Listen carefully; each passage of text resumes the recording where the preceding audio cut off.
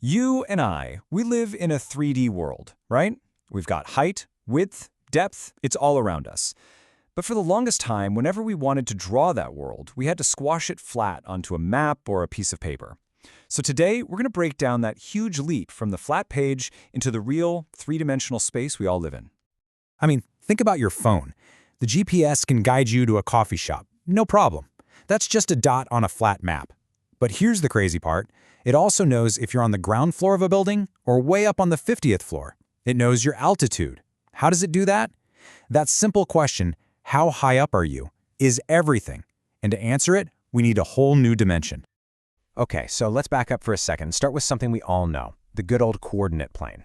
You've got your x-axis running left and right, and your y-axis going up and down. It's a fantastic system for anything flat, like plotting points on a graph or playing a game of Battleship. But here's the catch. Our world isn't a game of Battleship. It isn't flat. We have mountains and valleys, skyscrapers that reach for the clouds, airplanes flying overhead. A simple X and Y system is useful for sure, but it just can't capture all of that. It's missing a huge piece of the puzzle. So how do we fix that? How do we make that jump? Well, the solution is actually super simple and kind of beautiful. You take that flat XY plane we already know, and then you just poke a new line straight through the middle of it, pointing up and down.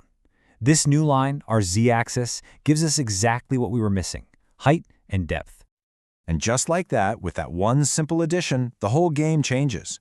We're not just drawing on paper anymore. We've created what we call a coordinate space.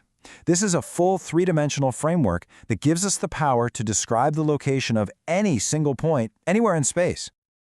Here's a great way to think about it. A pirate's treasure map is a 2D plane. It tells you go 10 paces east, then 3 paces north. That's your X and your Y. But the island itself, it's got hills you have to climb up and maybe caves you have to climb down into. That's the z-axis. This coordinate space gives us the whole island, not just the flat map. So if we're on this 3D island, we need a new kind of address system, right? Two numbers aren't going to cut it anymore. What we use is something called an ordered triple.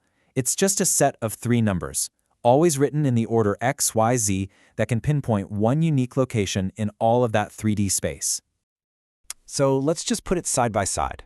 Our old address for a flat world was an ordered pair X, Y, length and width. Our new address for the real world is an ordered triple X, Y, Z, length, width, and now height. Simple, but so powerful. Okay, let's take a real example, like the point 4, 2, 5. This is like a set of directions. You start at the center, the origin. First, you move 4 units along the x-axis. Then you move 2 units out in the y direction. And finally, you go 5 units straight up. And boom, you're floating right there in space at that one exact point. So who cares about a bunch of numbers and parentheses, right? Well, it turns out this is everything. This is the language our modern world is built on. Every character in a 3D movie or video game is just a collection of these points. Every drone that flies, every airplane that navigates, they're all using these X, Y, Z coordinates. Surgeons even use this system to find a precise spot inside the human body. It's literally how we translate the world around us into math. So, there we have it. We made the jump from the flat map to the real island.